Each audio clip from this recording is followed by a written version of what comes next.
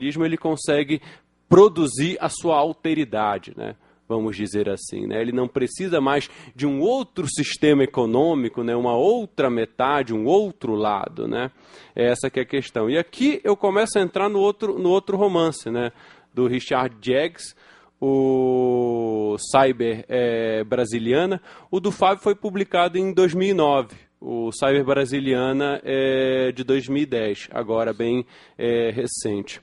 O interessante nessa obra, pelo menos ao meu ponto de vista, né, no meu ponto de vista, é que é o cenário, né, que o Jaggs propõe, né? Ele propõe um cenário de afluência econômica, tecnológica, militar, nos países do eixo sul, ou seja, nos países que a gente nunca imaginaria esse cenário de afluência, enfim, a América do Sul, em especial Brasil, né, a África e a Austrália. No caso, a Austrália, enfim, né, é um país em condições de países desenvolvidos, usando aí essa retórica aí da década de 70, né, mas que até hoje, enfim, né, é bastante utilizada. O interessante é que nesse mundo imaginado pelo Jaggs, né, justamente esses países do eixo sul que se tornam uma potência, né? E principalmente através de uma forte participação do Estado, isso você percebe no Brasil. Enquanto os países do eixo norte entram em decadência total, né? E principalmente por causa de um governo, enfim, né, neoliberal, vamos dizer assim. As riquezas do país são compartilhadas, enfim, né, por várias corporações, né? O interessante é que parece que o Jaggs, né, restringe esse imaginário, vamos dizer assim, próprio da ficção cyberpunk, esse imaginário no que diz respeito à economia, né, esse imaginário neoliberal, ele restringe esse imaginário neoliberal nos países do eixo norte. E quando ele vem aqui para o eixo sul, ele imagina mais, enfim, né, como que seria realmente uma economia aqui, né, com uma forte intervenção do Estado, né? É claro, deu certo, mas isso não significa que necessariamente as coisas aqui são utópicas, né? A participação do Estado, por exemplo, no Brasil, que é imaginado pelo Jaggs, né, enfim, né, é extremamente rígida, né, a ponto de existir um programa, enfim, de 2 pais, né, que a criança tem 2 pais para ela ser melhor treinada, né, para depois futuramente servir ao exército, né. A ideia, aqui citando, né, a ideia era ampliar a segurança e dar uma maior instrução para os jovens, criando homens aptos à defesa da soberania, né, o velho, enfim, né, o velho argumento da soberania, né. Eu digo que, enfim, né, isso aqui é uma utopia espartana, né, justificada por uma retórica nacionalista, né. Enfim, se você for um espartano, isso é uma utopia para você, né, mas se você for um ateniense, né, isso está muito longe de uma utopia, né. Essa que é o grande interesse também da utopia, né. A utopia, enfim, né, é uma utopia para você dependendo do seu ideal político, né. Isso, seria uma distopia ateniense, né? A gente poderia dizer assim, né?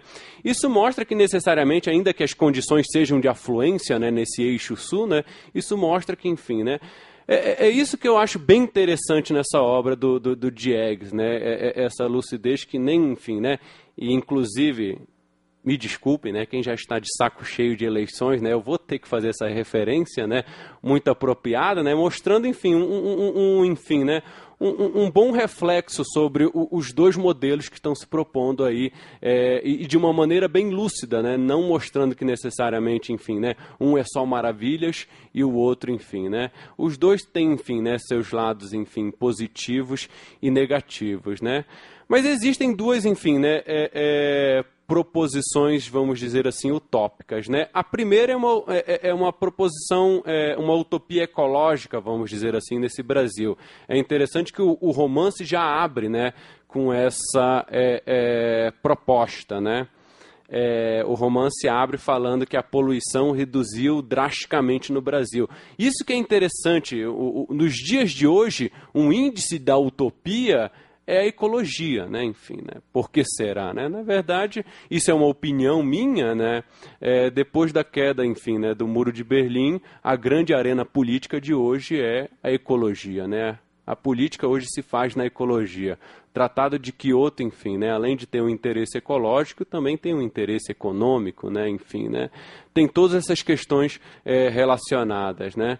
Não é à toa, né, que é uma brincadeira que existe, né, que os vermelhos, muitos vermelhos se tornaram verdes, né, enfim, né, e aí temos também um exemplo aí nas eleições, né, uma vermelha que se tornou verde, né.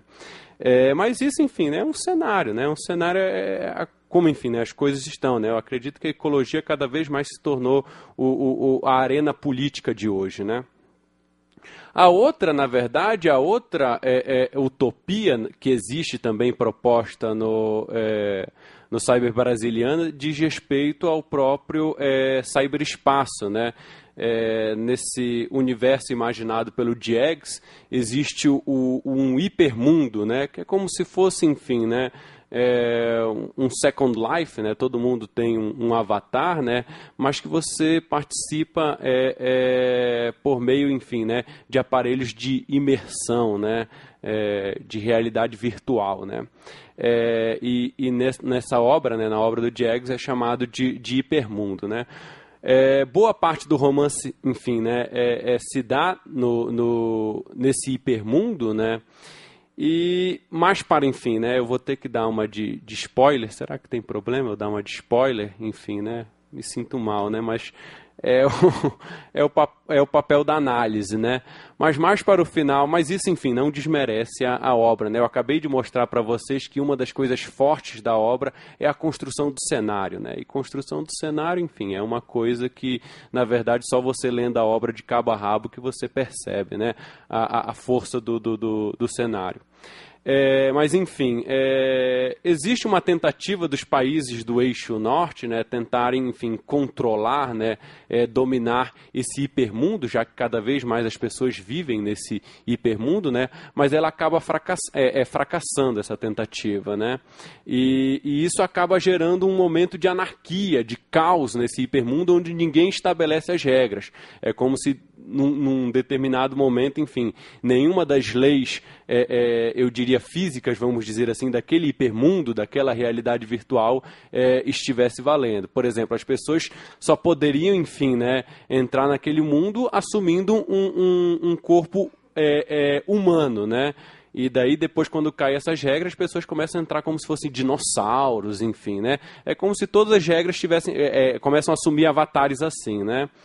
E aí você começa a perceber, pelo menos na minha leitura, né, um índice da utopia, né, mas o Diegues, enfim, né, parece que não é tão otimista assim, né, porque ele vai mostrar que, na verdade, essa anarquia não vai durar tanto, né, ela vai voltar a ser, enfim, né, controlada e dirigida, né, por um personagem que é o pistoleiro, né, que é o protagonista, por um personagem que, inclusive, ele vai ter uma experiência também de singularidade, que só fica claro, ou seja, né, de uma fusão entre o humano e o maquínico, né, que só fica claro também no final do romance, né. O que eu acho interessante é que essa obra, enfim, né, já entrando na ideia do pós-cyberpunk, e eu acho que muitas coisas que os brasileiros fazem, na verdade, pós-cyberpunk, tanto no sentido de eles já terem um contato com o cyberpunk, e também no sentido de, enfim, né, de terem um contato com o cyberpunk, de conhecer o cyberpunk, né, mas também no sentido de querer fazer algo, né, diferente do que foi o cyberpunk aí canônico, né, vamos usar esse termo aí, o cyberpunk da década de 80, né. E o que é interessante é que, na verdade, esse final, né, mostra como, na verdade, a própria, enfim, né, evolução, vamos dizer assim, do gênero, né. Se na década de 80 existia lá os cowboys do cyberespaço, lá do Neuromancer, né, mostrando que, na verdade, o cyberespaço era uma terra sem leis, né, hoje já não dá mais para imaginar isso, né, hoje, enfim, né, cada vez mais você vê a participação, enfim, né, das empresas no cyberespaço, cada vez mais você vê, enfim, né, enfim, a própria participação, enfim, né, desse capital financeiro que a gente vem discutindo, na verdade, a própria internet que possibilita, né, esse fluxo do capital, né. Então isso mostra uma consciência, né, do autor, né, diante dessas questões, né. Tem até um personagem na obra, né, que ele fala o seguinte, que eu acho interessante: os ideais se foram, era um saudosista do tempo em que todos conheciam codificação. agora só restavam perdedores, malditos usuários, né? Essa relação entre codificação e os usuários é interessante. No tempo que todos conheciam codificação, todos podiam fazer as suas regras no cyberespaço. Ah, eu não estou contente com esse negócio, com esse programinha aí do Orkut, entendeu? Eu vou lá e codifico e faço do jeito que eu quero. Agora o usuário não. O usuário, o próprio nome diz, né? Ele só está lá para usar a coisa, ele não pode mudar nada, entendeu? Na verdade, pegando um pouco aí o debate da comunicação, né, é cada vez mais tentar quebrar aquele ideal para o qual a internet foi pensada inicialmente, enfim, né, de algo onde todos pudessem, enfim, né, expressar, né, a sua liberdade, codificando, pensando, enfim, montando do jeito que quisesse, né, e cada vez mais pensar a internet como, enfim, né, um meio de consumo, como é a televisão, como é, enfim, né, essas mídias massivas, né, porque nessas mídias massivas o que você tem também é um usuário, né, de certa forma, né.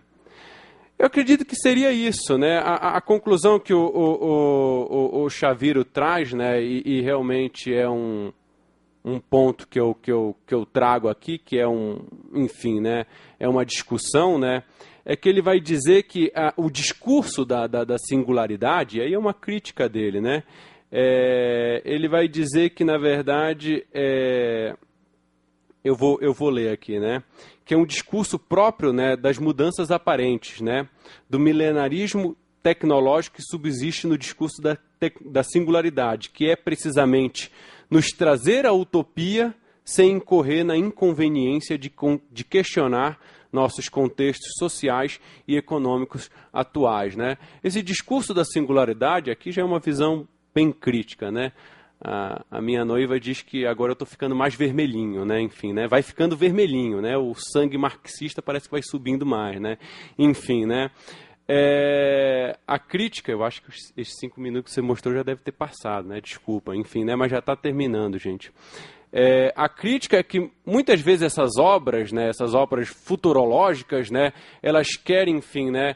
Apresentar as mudanças, mas só por meio da tecnologia, né? Sem questionar, enfim, né, a sociedade, a economia, ou seja, como se fosse possível hoje fazer a revolução ou as mudanças, né, enfim, né, revolução é muito caretice, né, apenas pela tecnologia, né, é uma maneira, enfim, né, enfim, né, de redirecionar, né, esse debate das mudanças, enfim, né. É isso então, desculpa se eu falei demais.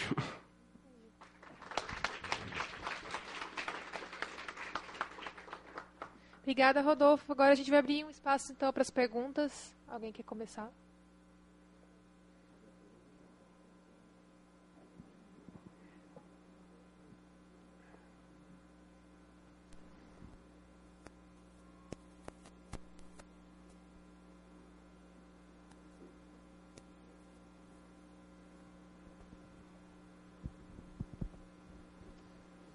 Boa tarde.